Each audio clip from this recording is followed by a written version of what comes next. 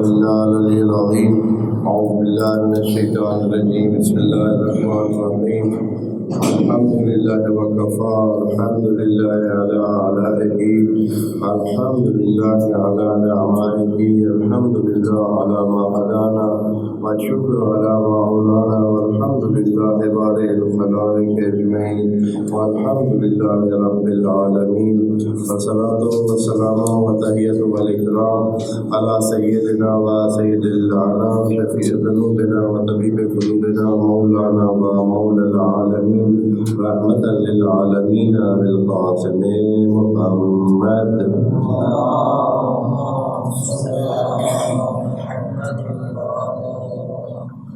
وعلى أهل بيته الطيبين الطاهرين. أما بعد رب اشرح لي صدري ويسر لي أمري واحلل عقدة من لساني يفقهوا قولي وخذ بيدي مسلمتي وأخرجني من ضيقة واجعلني من لدنك سلطانا نصيرا.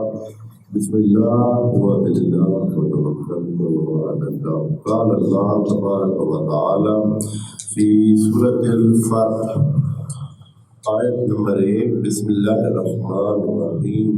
انا فتحنا لک فتحا مبینا لیغفر لک اللہ ما تقدم من ذنبک وما تأخر ویتم نعمته علیک ویهدیک صراطا مستقیما وینصرک اللہ نصرا عزیزا.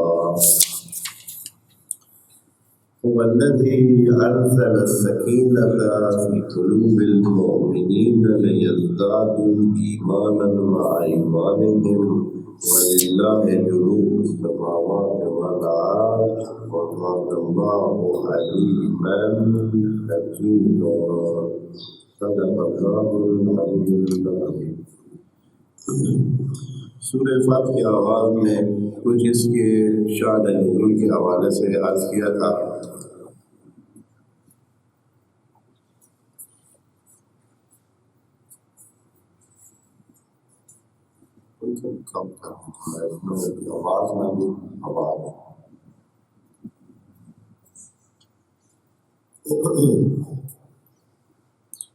اس کی شان نزول کے حوالے سے یہ عرض کیا تھا کہ جب نبی اکرم مسلمانوں کو لے کر مکہ کے 5ویں اور 6 سال ہجرت کے درمیان تقریباً آخری ایام میں شاید 5ویں کی اور 6 کے آغاز میں تو وہاں کفار قریش کے ساتھ یہ معاہدہ طے پایا کہ اس سال وہ عمرہ نہیں کریں گے، ایسے ہی جیسے آئے ہیں واپس جائیں گے. جب یہ صورتحال ہوئی تو بہت ہی شکست خوردہ ہو کر اور دل میں بہت ہی حسرتیں رکھ کر مسلمان وہاں سے واپس آئے اور احساس شکستگی سے ٹوٹے ہوئے تھے. راستے میں ہی خدا کریم نے یہ صورت نازل فرما دی. واپسی پر جب وہاں سے اب صلح کر کے واپس آ رہے ہیں تو یہ سورت نازل ہوئی اور اس سورت کا نام تھا سورہ فتح. سورہ فتح نام سے ہی یہ واضح ہے کہ کسی آسانی کے لیے ہے اور کسی آسانی کی خوشخبری ہے. حضرت خاتم نے تمام مسلمین کو جو ان کے ساتھ تھے لگ بھگ 1400-1500 ظاہراً جو ایسے ادھر لکھا ہوا ہے کہ 1400-1500 مسلمین جو ہے وہ گئے تھے حضرت کے ساتھ حج کرنے کے لیے، بلکہ 1400 افراد کی معیت، وہی 1400 افراد تقریباً. تو واپسی میں جب یہ صورت نازل ہوئی تو حضرت نے سب کو بتایا کہ آج میرے اوپر ایک ایسی صورت نازل ہوئی، ایک ایسی آیت نازل ہوئی ہے کہ پورے جہان سے زیادہ میرے لیے قیمتی ہے. سورہ فتح کی یہ آیت جس میں یہ بتایا کہ اے نبی ہم نے آپ کے لیے آسانیاں پیدا کر دیں، کھل دے دی۔ فتح کا مطلب ہوتا ہے کھل پیدا ہو جانا، آسانیاں پیدا ہو جانا۔ جیسے کہ کل بھی عرض کیا تھا، ان چیزوں کو دھیان رکھیں، یہ چیزیں بہت ہی معنیدار ہوتی ہیں۔ بعض اوقات انسان سے جواب نہیں بنتا جب تک آپ کا بیانیہ، آپ کی بات، آپ کی سوچ کلیئر نہ ہو، اتنے تک آپ کا مذہب یا آپ کا جو عقیدہ ہے وہ کمزور ہوگا، اور آپ اس کو کسی وقت نہ کسی کو بتا سکتے ہیں، نہ ہی کسی کو اس طرف راغب کر سکتے ہیں۔ اپنے عقیدے کے حوالے سے بہت ہی مستحکم ہونا چاہیے، اور عقیدے کی تفصیلات جو ہے وہ آپ کو جاننا ضروری ہے۔ یہ بھی اسی حساب سے ہی ہے کہ اب ہمارے عقیدے کے حوالے سے ہم نے کچھ چیزیں سوچ رکھی ہیں، اب ان کو ٹوٹتا ہوا دیکھتے ہیں تو پھر ہم کیا ہو جاتے ہیں، خود ہی اندر سے کمزور ہو جاتے ہیں کہ بھئی ہمارے عقیدے میں تو ایسے ہے، ہم نے تو جیسے اس آیت میں ہمارا وہ عقیدہ کیا ہے کہ انبیاء معصوم ہوتے ہیں، تو اس آیت میں جیسے کہ آگے کہا لِيَغْفِرَ لَكَ اللَّهُ مَا تَقَدَّمَ مِن ذَنبِكَ وَمَا تَأَخَّرَ، جو آپ کے پچھلے گناہ ہیں وہ بھی معاف، جو آگے گناہ ہوں گے وہ بھی معاف۔ تو اس حوالے سے کتنی کمزوری پیدا ہو جاتی ہے، تو یہ سمجھ اگر آ جائے تو بہت آسانی ہو جاتی ہے ان مسائل کی، اگر نہ آئے تو خرابی ہوتی ہے۔ جیسے کہ بہت سارے آیان اور جو مفسرین ہیں وہ اسی مخمصے میں پڑ گئے ہیں۔ اب آج آپ کو یہ جو دو سوال کل پیدا ہوئے تھے، ایک یہ تھا کہ لِيَغْفِرَ کا، البتہ یہ اسی پرانے معنی کے مطابق جو معنی ہم نے آپ دوستوں کی خدمت میں عرض کر رکھا ہے وہ فرعون کا اور ذنب کا، پھر ہمارے لیے کوئی مشکل نہیں رہتی ہے، پھر یہ سوال پیدا ہی نہیں ہوتا ہے جو ابھی یہ سوال پیدا ہوا ہے کہ جب کہ نبی معصوم ہے ہمارے عقیدے کے مطابق تو پھر وہ یہ گناہ کیسے ہوتے۔ خود عصمت کے بارے میں بھی جو ہمارا ذہن بنا ہوا ہے وہ نہیں ہے جو حقیقت میں عصمت کا معنی ہوتا ہے۔ انشاءاللہ جب عصمت کی بات کہیں ہوگی تو عرض کروں گا کہ عصمت کا معنی جو عام طور پر سمجھا جاتا ہے ایسا نہیں ہے۔ عصمت دوسرا لفظ ہے علم کے لیے، جتنا علم اتنی عصمت، اور یہ ائمہ کا علم ہوتا ہے جو ان کو کیا کرتا ہے، غلطیوں سے، گناہوں سے روکتا ہے۔ جتنا ہمارا علم ہے ہمیں بھی غلطیوں گناہوں سے کیا کرتا ہے، روکتا ہے، ہمیں بھی جتنا ہمارا علم ہے ہمیں بھی روکتا ہے، ان کا جتنا ہے ان کو بھی وہ روکتا ہے۔ جیسے میں مثال دوستوں کو دیتا رہتا ہوں کہ ہمیں مثلا علم ہے کسی ڈبے میں کوئی بم ہے، کہ علم ہے، تو ہم اس کے قریب بھی جانے سے کیا کریں گے، ڈریں گے، قریب بھی نہیں جائیں گے کہ اس ڈبے میں بم ہے۔ اور ایک اگر لا علم بندہ ہے اور ڈبہ رکھا ہوا ہے راستے میں، تو لا علم بندے سارے آ رہے ہیں، جا رہے ہیں، آ رہے ہیں، جا رہے ہیں، لیکن اگر کسی کو علم ہے کہ یہاں بم ہے اس ڈبے میں تو وہ کیا کرے گا، وہ بھی اسی طرح کھلے بندوں آتا جاتا رہے گا، یا وہ کہے گا کہ نہیں میں نے ادھر سے نہیں گزرنا، کیونکہ اس کو علم ہے کہ ڈبے میں بم ہے، کسی وقت بھی پھٹ سکتا ہے۔ لیکن جو لا علم لوگ ہیں وہ کیا کریں گے، وہ آتے جاتے رہیں گے۔ یہی حال ہے عصمت میں بھی، اس معنی کو سمجھنا ہوگا۔ انشاءاللہ اپنے مقام پر آپ لوگ توجہ کریں ان چیزوں کو، اگر ان کے معنی صحیح سے نہیں رکھیں گے تو پھر کسی جگہ پر جا کر کیا ہو جائیں گے، پھنس جائیں گے، جیسے کہ بعض آیان ایسے ہی ہوا ہے۔ تو یہ خود جناب شیخ محسن نجفی لکھتے ہیں کہ یہ جو سوال پیدا ہوتا ہے کہ نبی کے گناہ کیسے اللہ نے معاف کیے ہیں، یعنی اس معنی کے مطابق جو انہوں نے ذکر کیا ہے، انہوں نے کئی احتمال دیے ہیں، یعنی مفسرین نے رل مل کے جواب دینے کی کوشش کی ہے۔ وہ جواب آج ہم پڑھیں گے، اس وجہ سے پڑھیں گے کہ آپ لوگوں کو پتہ چلے کہ یہ کتنا مشکل سوال ہے، اور مجتہدین یا یہ جو اپنے مفسرین ہیں اس سوال کے جواب میں کتنے مارے پھرتے رہے۔ ہر ایک نے کوشش کی ہے کہ کیا کرے، اس کا جواب ڈھونڈے کہ کیا ہو گیا، جبکہ ہمارا عقیدہ یہ ہے کہ اہل بیت اور نبی اور انبیاء یہ معصوم ہوتے ہیں۔ ادھر خدا کریم کہہ رہا ہے کہ وہ ہم نے ان کے پچھلے اور اگلے گناہ معاف کیے۔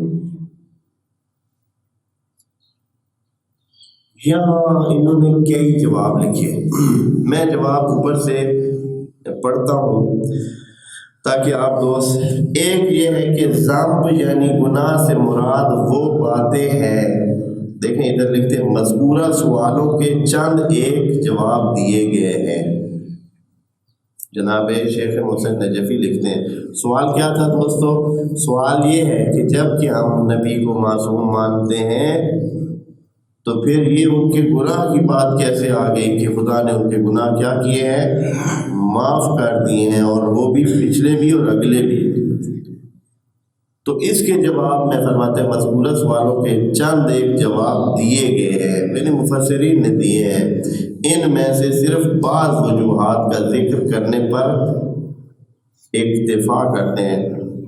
صاحب کتاب نے سارے جواب ذکر نہیں کیے ہیں، کچھ کیے ہیں جو ان کو لگا ہے کہ یہ ذکر کے قابل ہے، باقیوں نے تو اتنی ایسی باتیں کی ہیں کہ آدمی حیران رہ جاتا ہے کہ یہ صاحبان علم اور صاحبان تفسیر کیا کہہ رہے ہیں۔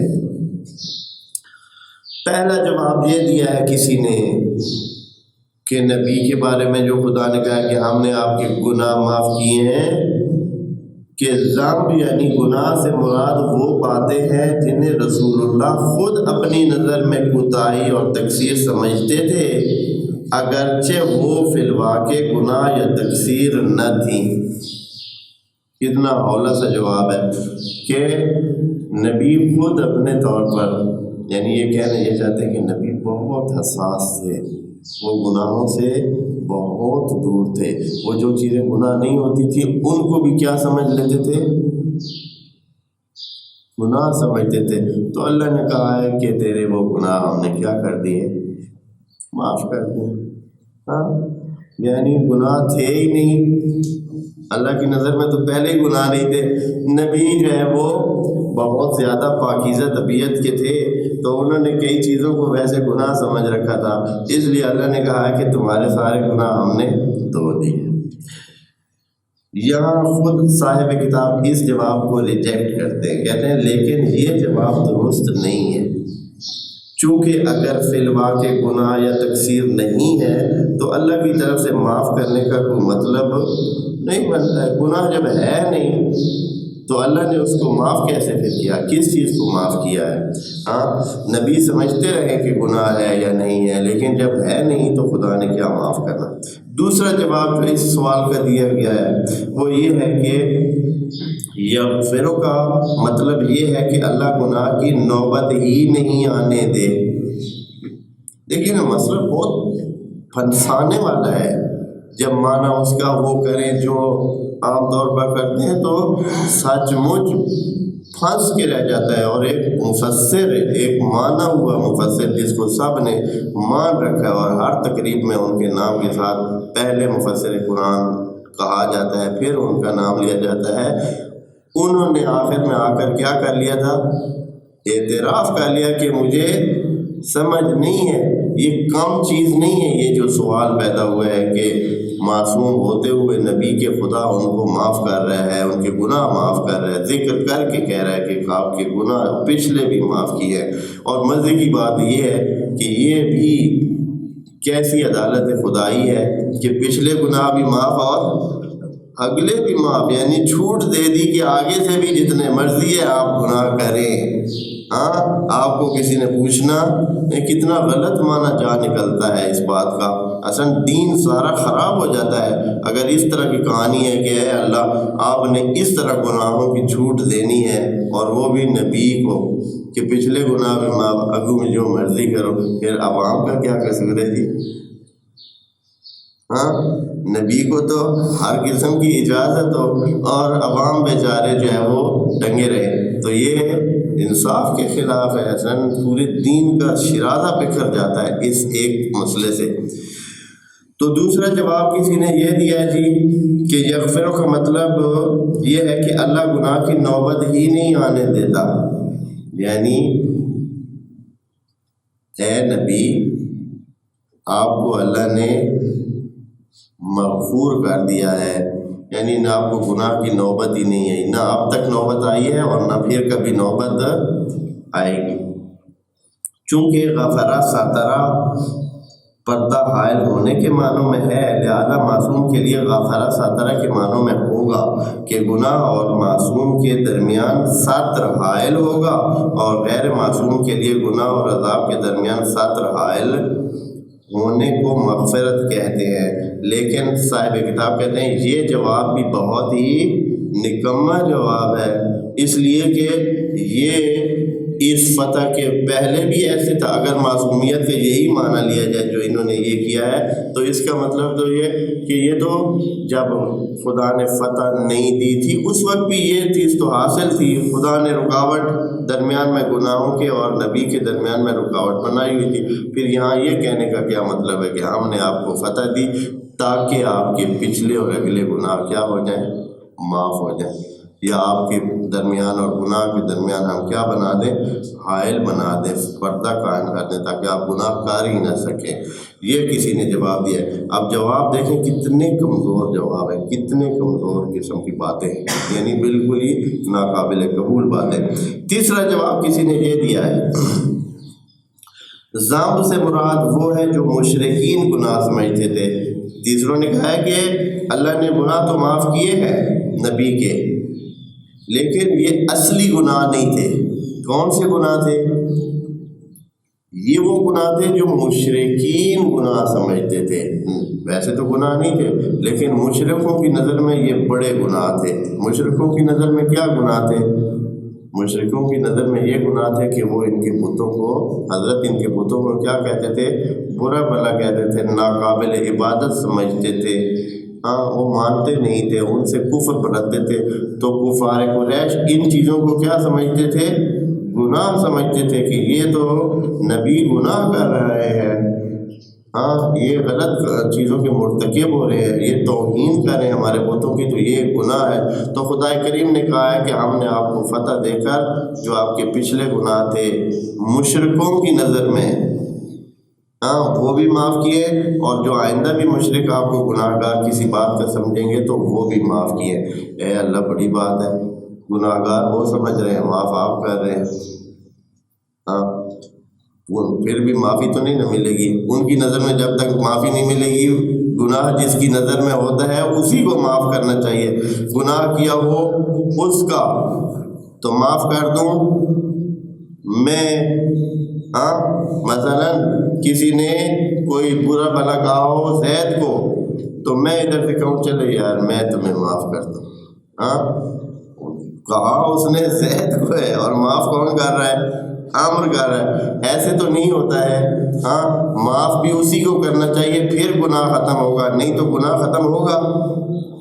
اگر خدا معاف بھی کر دے تو مشرکین مکہ پھر معاف کر چکے ہوں گے، بھائی معاف ہو جائے گا وہ گناہ، نہیں ہوگا۔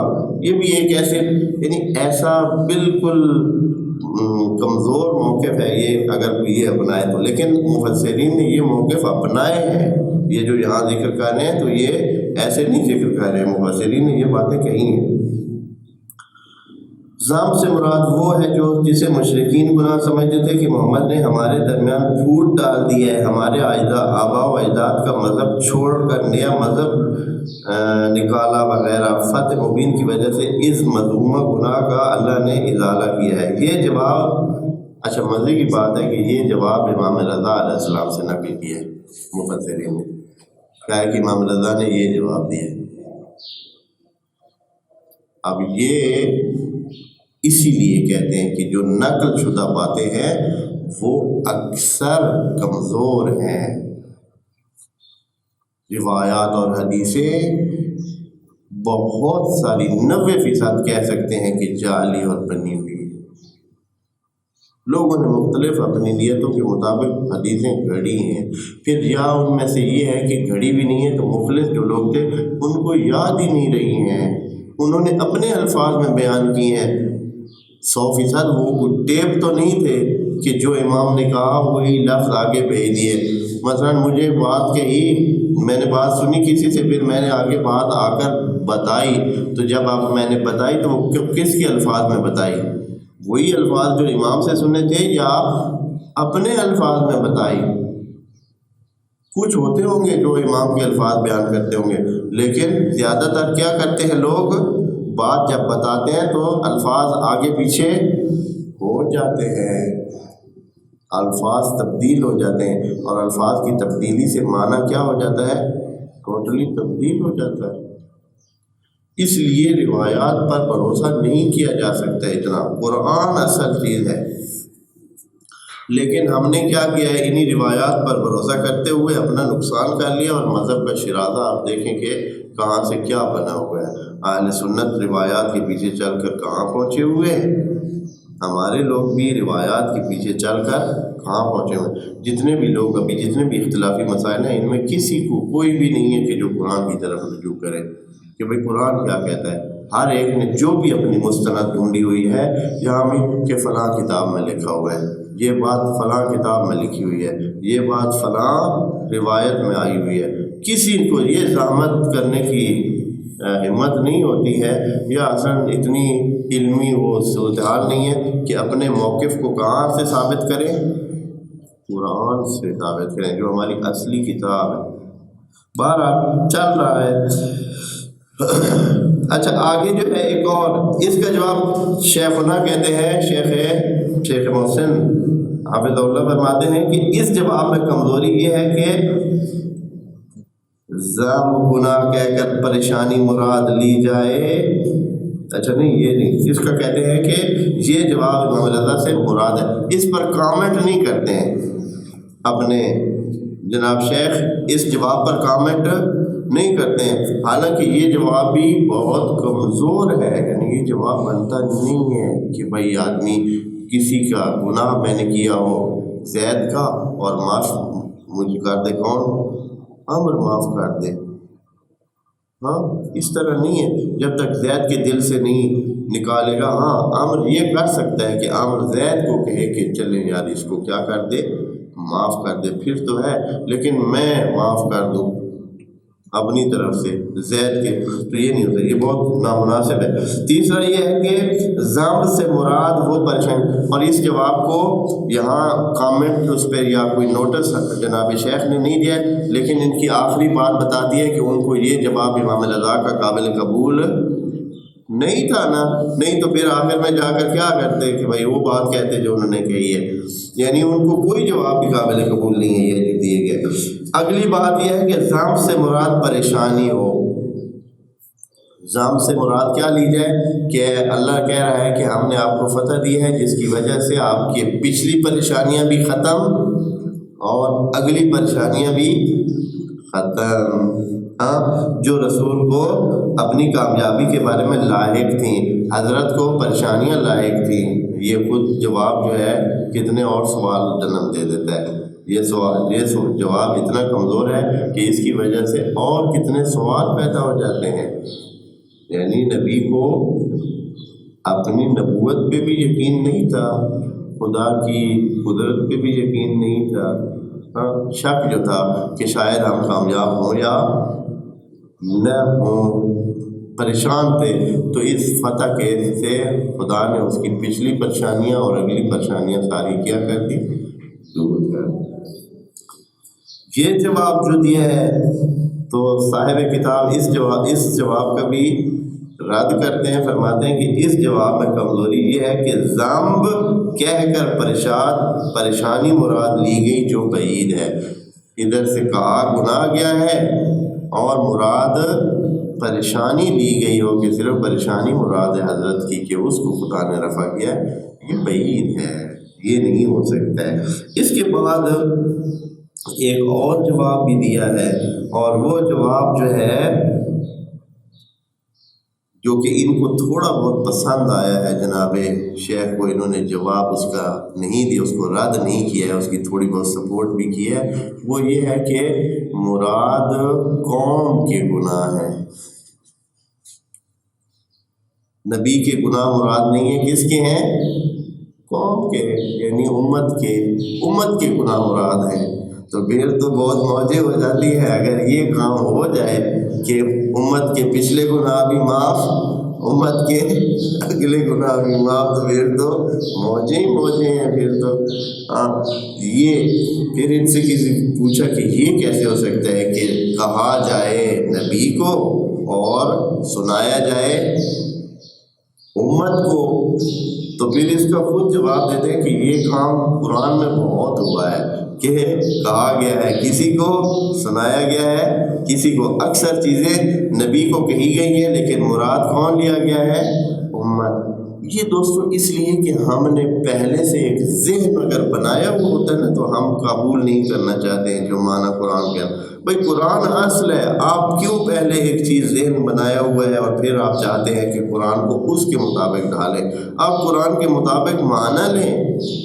مثلا یہ آپ ڈرتے ہیں اس بات سے، یہ قرآن کی یہ آیت ہے وَلَئِنْ أَشْرَكْتَ لَئِنْ أَشْرَكْتَ لَيَحْبَطَنَّ عَمَلُكَ، نبی کو خدا نے کہا اگر تو نے شرک کیا تو تیرے سارے اعمال کیا ہو جائیں گے؟ محبوط ہو جائیں گے۔ نبی کو کہے گا اگر تو نے شرک کیا تو تیرے سارے عمل کہ اب ڈرتے ہیں سارے کہ کہیں کہ نبی کیسے شرک کر سکتا ہے، نبی کیسے شرک کر سکتا ہے؟ بس اس سے مراد کون ہے؟ امت ہے۔ نبی کو کہا نہیں جا رہا ہے، کس کو کہا جا رہا ہے؟ امت کو کہا جا رہا ہے، لوگوں کو کہا جا رہا ہے کہ اگر آپ لوگوں نے شرک کیا تو آپ کے اعمال سارے ضائع ہو جائیں گے، پچھلے اعمال ضائع ہو جائیں گے۔ جبکہ تھوڑا سا کھلا ذہن رکھیں اور برداشت کریں، قرآن کہہ رہا ہے تو مان جائیں کہ نبی بھی صاحب کیا ہے؟ اختیار ہے، مجبور نہیں ہے۔ جتنے ہم صاحب اختیار ہیں نبی بھی صاحب اختیار ہے، وہ بھی ہاں نہ کر سکتے ہیں، وہ بھی کیا ہے جی؟ ہاں نہ کر سکتے ہیں۔ اگر نہ کرے تو پھر خدا اتنی ڈانٹ کیوں پلاتا ہے؟ اگر وہ مشین ہو، جیسے مشین ہوتی ہے، مشین تو بیچاری جو اس کو کام سونپا جاتا ہے اس نے وہی کرنا ہوتا ہے۔ نبی کو اس طرح کی بھائی مشین ہے یا بھائی اس طرح کی بھائی پابند ہے جو خدا نے کہا، بلکہ وہ بھی آزاد ہیں، ان کو بھی ڈیوٹی دی جاتی ہے، ان کو بھی کام دیا جاتا ہے، وہ چاہیں تو کام کریں چاہیں تو کام۔ شرک بھی اسی طرح ہے، اگر خدا نہ خاصہ کوئی نبی اس طرح کے رجحان پہ آ جائے تو کوئی اس طرح تو نہیں ہے کہ وہ نہیں کر سکتا، ہاں اس کی معصومیت، اس کا علم اس کو اجازت نہیں دیتا۔ جیسے ہم سوچتے بھی نہیں ہیں، کوئی سوچتا ہے آپ میں سے یا کوئی انسانوں میں سے سوچتا ہے کہ اس کو پیاس لگی ہوئی ہے، جاتے جاتے دیکھے کہ اور تو پانی ہے نہیں تو جلدی جلدی اپنا گلاس جو ہے وہ نالی سے بھر کے پی لے؟ بھائی کرے گا کوئی؟ سوچ بھی سکتا ہے اس طرح؟ کوئی بھی نہیں سوچتا ہے۔ خوب اس کو علم ہے کہ یہ کیا ہے؟ گندا پانی ہے، یہ ٹھیک پانی نہیں ہے، پانی ہے لیکن ٹھیک پانی نہیں ہے، اس کو علم ہے اس کی غلاظت کا، گندگی کا، اس لیے کبھی وہ سوچے گا بھی نہیں۔ تو وہ وجہ ہے، نہ یہ کہ وہ پابند ہے۔ بس یہ جو ہے لَئِنْ أَشْرَكْتَ لَيَحْبَطَنَّ عَمَلُكَ، اس سے ڈر گئے سارے، بہت سارے مفسرین، انہوں نے کہا ہے کہ یہ نبی کو خطاب ہی نہیں ہے، یہ امت کو کہا گیا ہے کہ اگر اے امت، اے لوگوں، اگر آپ نے کوئی شرک کیا تو آپ کے سارے اعمال ضائع ہو جائیں۔ تو یہ حضرت یوسف علیہ السلام نے جب کہا تھا کہ تم اپنے جا کے رب سے، یعنی بادشاہ سے یہ کہنا کہ فلاں شخص جو قید ہے، تو پھر حضرت جبرائیل علیہ السلام آئے اور حضرت کو یہ پشیمانی ہوئی اور ان کی قید مزید بڑھا بھی گئی، تو کیا یہ جو انہوں نے ان کو کہا تھا اور بعد میں یہ بھی جملہ کہا تھا میرا رب تو اس سے بہتر میں اپنے رب سے کہتا تو وہ کر دیتا، تو آیا یہ شرک میں شمار ہوا تھا ان کے یہ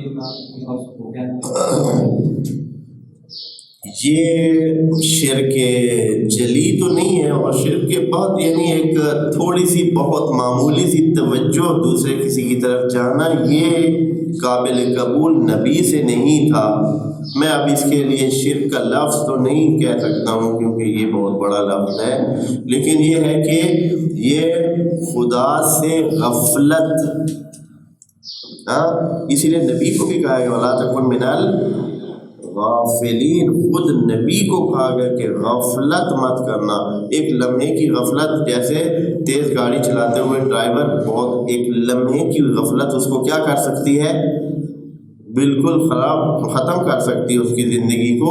اسی طرح خصوصاً جب گاڑی جتنی زیادہ تیز ہوتی ہے اتنی ہی غفلت، اس کی معمولی سی غفلت کیا کر سکتی ہے، ایک لمحے کی، بہت ایک لمحے کی غفلت اس کو سارا نیست و نابود کر سکتی ہے. تو ائمہ کے بارے میں اور انبیاء کے بارے میں بھی اسی طرح ہے. اس لیے خدا کریم نے کہا ہے کہ 24 گھنٹے الرٹ رہنا، تھوڑی سی غفلت بھی نہ کرنا. وَلَا تَكُن مِنَ غافلین، غافلین سے مت بن جانا. آیا جو ہم مثلا لوگوں سے مدد مانگتے ہیں، وسائلی مدد، ویسے مدد کوئی بھی ہو، تو وہ بھی اسی میں آتی ہے کہ ہمیں اگر خدا کو بھول کر مان رہے ہوں تو اسی طرح ہے، اور اگر خدا کو نظر میں رکھ کر آپ کسی سے مانگ رہے ہیں، کیا آپ کو پتہ ہے کہ میں چاہے مانگ رہا ہوں زید سے، زید بھی خود کچھ بھی نہیں ہے، جو کچھ اس کے پاس ہے وہ بھی خدا کی طرف سے، اور یہ وسیلہ ہے، وَإِلَّا سب کچھ دینے والا خدا ہے. اگر اس طرح ہو تو پھر نہیں، لیکن اگر آپ اس کو وسیلہ کامل مان لیں کہ بھائی ہاں جی اسی نے کرنا ہے، اتے آسمان اتے خدا تے تلے، یہی ہے میرا جو کچھ ہے، یہ شرک ہے. پھر دیکھیں ایک اور بات بھی آپ دوستوں کو بتاتا جاؤں. شرک میں ایک شرک ہے فقہ کی لیول کا، ایک شرک ہے لغت کی لیول کا. لغت کی لیول پہ شرک بہت وسیع ہوتا ہے، بہت وسیع ہوتا ہے. ہر چھوٹے موٹے کام پہ شرک کا لفظ کہا جا سکتا ہے، لیکن جو فقہ میں جس کو شرک کہتے ہیں، جس پر شرک کے احکام نافذ ہیں، شرک کی وجہ سے بندہ کافر ہو جاتا ہے اور کفر کے احکام اس پہ لگ جاتے ہیں، وہ دائرہ اسلام سے خارج ہو جاتا ہے، وہ شرک کی حد اور ہے. وہ ہے جو بندہ غفلت سے نکل کر سوچ سمجھ کر یہ کہے کہ میں اپنے ہوش حواس اور سوچ سمجھ کی بے قائمی ہے ہوش حواس میں کہہ رہا ہوں کہ اس خدا کے ساتھ دوسرے خدا بھی ہیں اور رب بھی ہے. یہ والا شرک جو ہے نا، یہ والا شرک قابل کیا ہے، سزا ہے، اور اس پر خدا نے اس کو کافر قرار دیا ہے اور دائرہ اسلام قرار دیا. جو شرک غفلت سے ہوتا ہے، جس کا پتہ نہیں ہے، اس کو متوجہ نہیں ہے لیکن شرک کر رہا ہے، اس پہ وہ پکڑ نہیں. یہ دھیان کرنا ہے. ابھی جس میں یہ سلفی اور وہابی پھنسے ہوئے ہیں اور ہر بات کو شرک کہتے ہیں، وہ شرک کا معنی لغت والا لیتے ہیں. لغت والا معنی جو قرآن میں بھی اکثر لغت والا معنی استعمال ہوا ہے، جب یہ شرک لیا جائے تو پھر بہت شرک، پھر تو کوئی بندہ بچ سکتا ہی نہیں ہے. جو بندہ یہ کہے کہ میں کھانا کھاتا ہوں کہ میری بھوک ٹل جائے، یہ شرک ہے. روایات میں بتایا گیا ہے کہ شرک اتنا، اس کا لغوی معنی اتنا وسیع ہے کہ میں کھانا اس لیے کھا رہا ہوں، میں پانی اس لیے پی رہا ہوں کہ مجھے پیاس لگی اور یہ پانی میری پیاس کو کیا کرے گا، بجھائے گا. یہ بھی شرک ہے لغتاً، اس لیے کہ بندہ پانی کو کہہ رہا ہے کہ وہ اس کا جو ہے نا اس کی پیاس ختم کرے گا، جبکہ پیاس کو ختم کون کرتا ہے، اللہ کرتا ہے. پانی تو ایک وسیلہ ہے.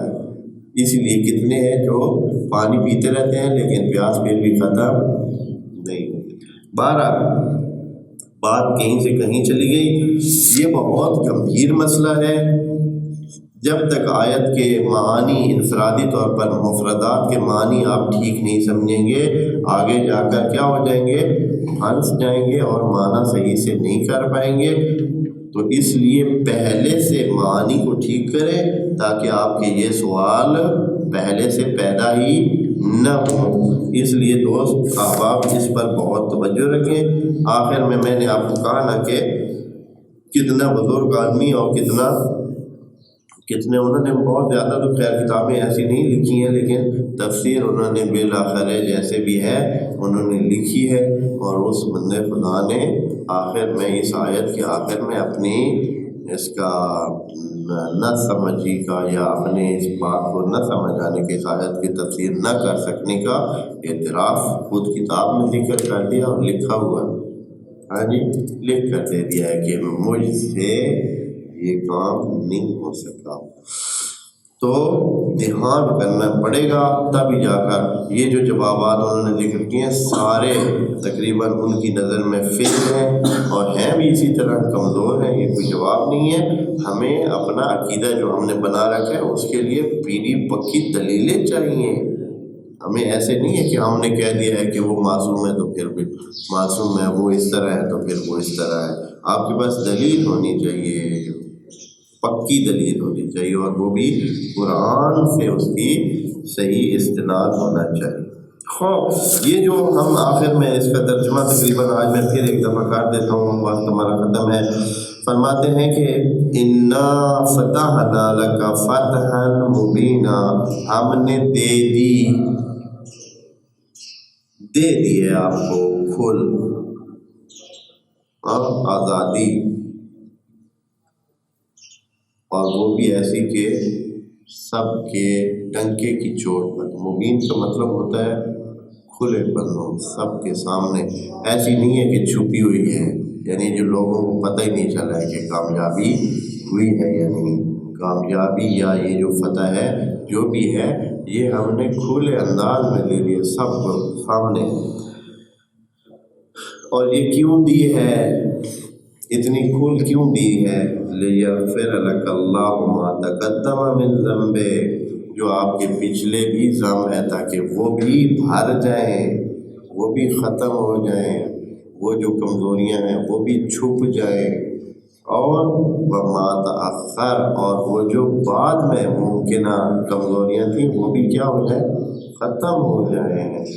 اب ان کا باقی سب ٹھیک بھی ہونا، اگر بہت ساری کوئی توجیہ کر لے اور گناہ کا معنی گناہ ہی سمجھے، ہاں ذنب کا معنی گناہ لے، غفران کا معنی بھی معافی لے، تو یہ وما تأخر کو کوئی حل نہیں کر سکتا ہے۔ وما تأخر کو کوئی حل نہیں کر سکتا ہے کہ پچھلے گناہ بھی معاف، اور چاہے امت کا معنی لے، چاہے نبی کا معنی لے، چاہے یہ معنی لے، چاہے وہ معنی لے، کچھ بھی ہو کہ خدا کریم نے اگلے گناہ بھی معاف کر دیے اور کسی کو چھوٹ دے دی ہے، تو پھر دین اسلام کو کیا کرنا چاہیے؟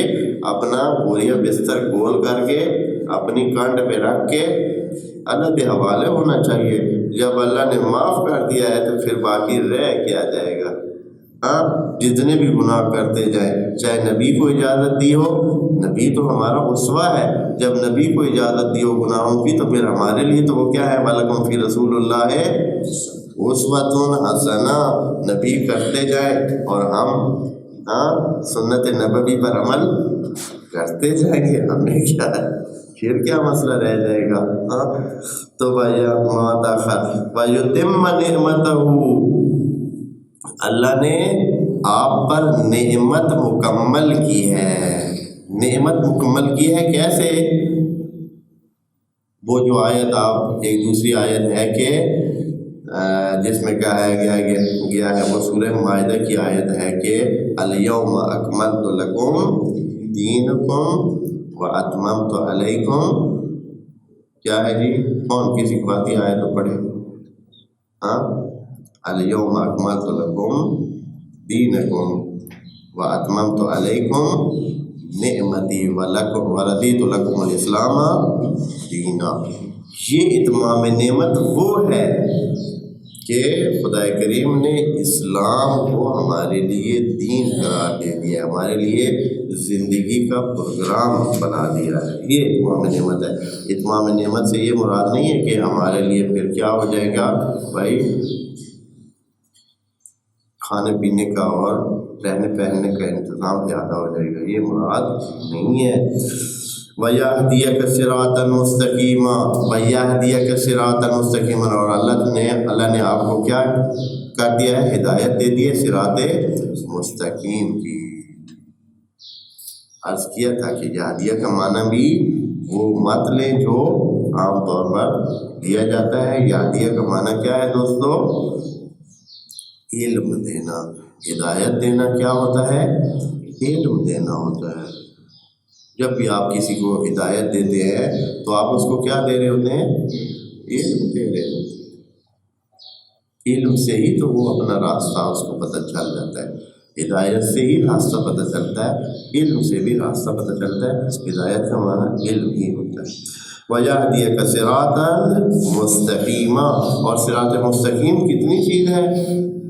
اور صراط مستقیم ہر لمحہ ہمارا دو راستے بن جاتے ہیں، ایک صراط مستقیم ہوتا ہے اور ایک صراط غیر مستقیم ہوتا ہے۔ ہر لمحے مثلا ابھی اس درس میں بیٹھے ہیں، کچھ لوگ درس پڑھنے کے لیے بیٹھے ہیں، کچھ لوگ صراط مستقیم پر بیٹھے ہیں، درس پڑھنے کے لیے بیٹھے ہیں، درس پڑھ رہے ہیں، اور کچھ جو ہے وہ شیطانوں کی طرح چھپے ہوئے بیٹھے ہیں، وہ درس پڑھنے کے لیے آئے ہی نہیں ہیں، وہ شرارتیں کرنے کے لیے آئے،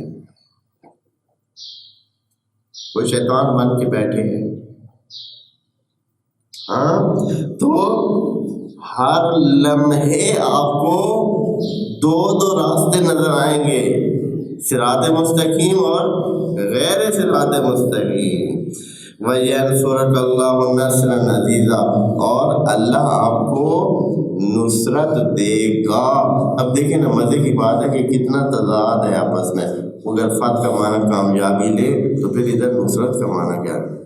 وہ پہلے کہہ رہے ہیں کہ ہم نے آپ کو فتح دے دی، کامیابی دے دی، اب ادھر خدا کریم آگے جا کر کہہ رہے ہیں کہ ابھی آپ کو کامیابی ہم دیں گے۔ وَيَنْصُرَكَ اللَّهُ، اللہ آپ کو کامیابی دے گا، نصرت بھی وہ جو نصرت عزیز ہوگی۔